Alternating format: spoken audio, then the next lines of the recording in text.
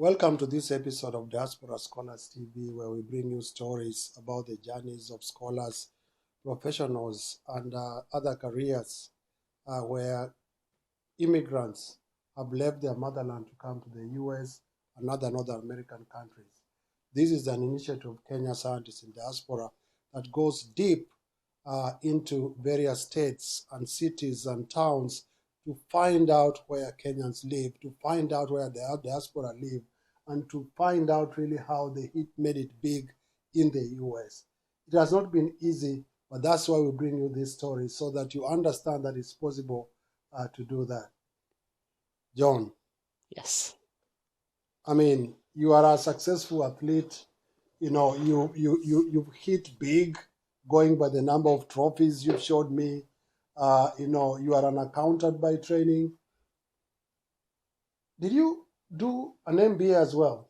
Yeah, so I have a master's in business administration, meaning basically I can also be a manager somewhere. Yes. But so far I don't have experience on that. I'm still building myself up. Right now I'm just an accountant at one of corporates over here in Connecticut. That's a state next to us in Massachusetts. You say you are just an accountant as if it is easy to become an accountant. Yeah. Particularly in the US. It wasn't easy, was it? No. So tell us how it was during your undergraduate days, because you had to compete to maintain your scholarship, and also you had to maintain your GPA. I mean, tell us your experience. So basically, when I came here, you come here, you don't even know what to do, basically. So you rely on friends that were here. You were even very young, yeah. Just from college, yes. from high school. Yes. So I came here, I had probably you were around 20 years old or something. I was 22 when I came here. I think I finished my school when I was 19. Then, of course, and then those 3 years, yeah, I applied for a school in Oklahoma. I think 1 year before I came here, I went to embassy. I didn't get a visa, unfortunately, because it was not a full scholarship. And then I continued to train. I didn't give up. I went back. I applied to this school. The way I applied it, how I came to this school actually, because I know a lot of people will be like, oh, how did you come to here? How did I go to American International College? There's a coach by the name Coach Chirchir. If you Google, you should be able to see his videos. He's a well-known coach in Kapsabet town. He has assisted a lot of athletes, including, maybe, I don't know, but most of athletes have at least gone through him. What is his name again? Coach John Juma. John Juma. Yeah, and then there's another coach also called Coach Koske. So Coach Koske is more of he has more links. So he was the one who did an so basically after, and they are still doing this. They are still bringing people. Yes, they're still bringing people. Oh. So I went there. I did a time trial. So a time trial means running within certain time limits. Yeah. So how I came here is a miracle to explain, because I was not expecting to come to this school. So what happened was I was with Coach Kiara. Okay. So I was in a very good shape.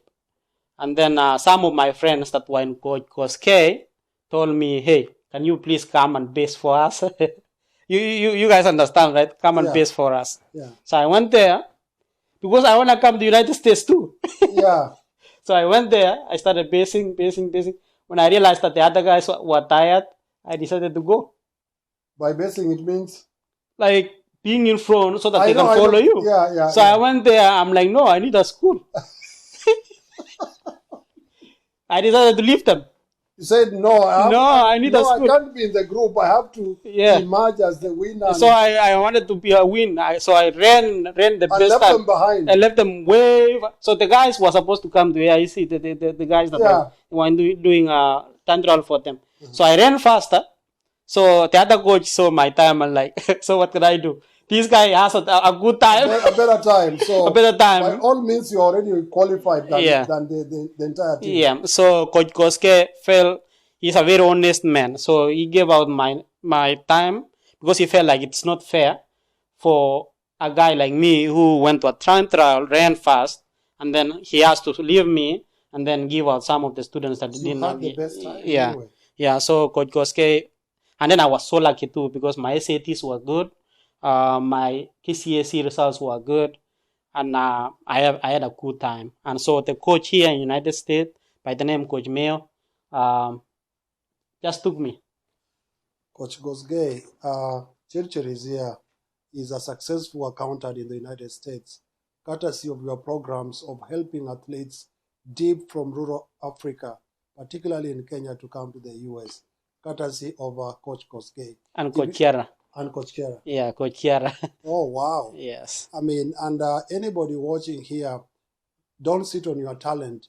You can literally run your way to the United States to study with full scholarship.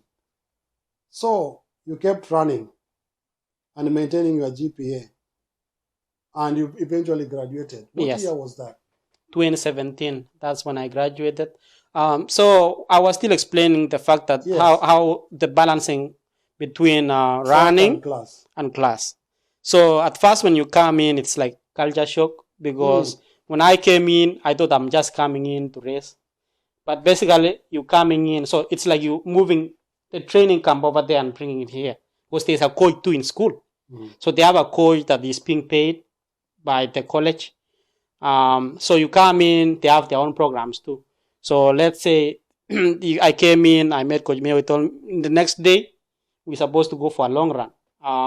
So he gives you a program that you have to go a morning run in the morning. And then after that, you go to your classes at around 3 p.m. You go for a second run. Basically, either it's a workout or whatever, or a speed walk or just a long run. And then in the evening, you got to do your assignments. And then after that, you have to sleep tomorrow. And then over and over. Routine. And then on Saturday, you have a race. Every Saturday, you have a race. Every Saturday, there's a race. There's a race. It's very taxing. Yeah, it's very taxing. You have to be committed to train hard to win, and also to study hard to maintain your scores. Yeah. So that's how difficult it is. Especially some of our students come here, especially some of them that come through my program. Some of them come in here, they try to do nursing. Because the nursing is a little bit hectic, you end up not completing your nursing, you end up dropping to do another course just because trying to balance both of them at once. Because there's pressure to perform in running, because the school also expects you to perform. At the same time, there's pressure on your end to be able to pass, that way you can maintain your scholarship. And you also have a feeling that here, if this school is paying for my school fees, right, they are also providing for my housing, they are also providing for my clothing, who does that, right? So you, on the other side, you feel like I have to perform. You have to give back. You have to give back. And that's what a lot of athletes that come through my program go through. And I'm not alone. There's a lot of people that have come through the program. You are telling me in Massachusetts, I mean, there are so many Kenyans, particularly in this region, who have come through the sports scholarship. Yes. So from my school alone, I think for the last maybe 20 years, I would say they've brought at least 30 Kenyans. 30 Kenyans? Yes. They came through sports scholarship? They came through sports scholarship, could go through the same program, and then they graduate, and some of them went back home, some of them are here. You were telling me that it's literally running away from poverty. Yes. Literally? Yes. You have to leave poverty behind you. You have to leave poverty behind you. And the very cherishing thing about running is there's no shortcut about it, right? And everybody can see that, the results are there. The results are there. Everybody is adjudged to see that you are winning, and it's very clear to everybody. Yes. It's like going to farm and you reap what you sow. There's no shortcut about running. There's no shortcut. It's just like your hard work just shows up. You were telling me that earlier, before the show, that there's even a work-study program. So they pay your tuition, they're taking care of your meals and all that. You also work in addition to track and field events and activities. There's also class, but you also work to earn money. Yes. So to add on that, so when you come here, you also they give you a job. Basically, that's a work. It's called work study here, or institutional hours. So they give you institutional hours of 20 hours a week. So if it's 20 hours a week and they are paying you $15 an hour, that's $300 basically a week, right? $300, you're talking about almost 45,000 Kenya shillings For every week. a week. Time is That's a month. about 180,000 A month. Kenya shillings a month. And you are a student. And if you think about it, you don't have any expenses. The only expense you have is maybe your phone. So that's why as a student, I always advise at least people out there and home that... You must have been very responsible. I mean, at that age, being able to even manage that, money, and at the same time compete, and at the same time study. So, what did you do with the money? Is there something that you can remember that you did with the money? So most of us as Kenyans, you guys understand that by the time you come here, there's a lot of responsibilities. Let's say you have siblings that are still in high school, siblings that are still in college, and you also have your parents that are still struggling. Maybe they have a house that needs to be renovated. Maybe they live in a mud house. Maybe they live in a house that has a grass. We all have an history, right? Like for my situation, my parents are farmers, right? They have a tea farm, and that's how they earn a living. So, but we didn't have like a very, very nice house. We had a brick house, but it was not in a good standard. Yeah. So we had a mud house for for kitchen. So when I came here, my first thing to do was at least make sure that my parents have a nice place to live. So I made sure I built them a nice house. Okay, and that's when I was still in school. At the same time, I was able to support my siblings, pay for my sister's school fees when she was in college. But while I'm also still in college, right? You paid tuition fees for your sisters. Your sister and my brothers. Your siblings, and yes. you are still a student. Yes. An undergraduate, not even a graduate student. No, undergraduate, yes. So that is so rewarding, especially to all those Kenyans out there or anybody from Africa. I have had this notion that people say, oh, I'm not able to do this sport, I'm not able to do rugby, I'm not able to run, I'm not able to do basketball. I don't think that's true. I think everyone has an ability. I think God gave us an ability to be able to perform, especially if you have two legs, you have two eyes, you have hands, and you have a brain.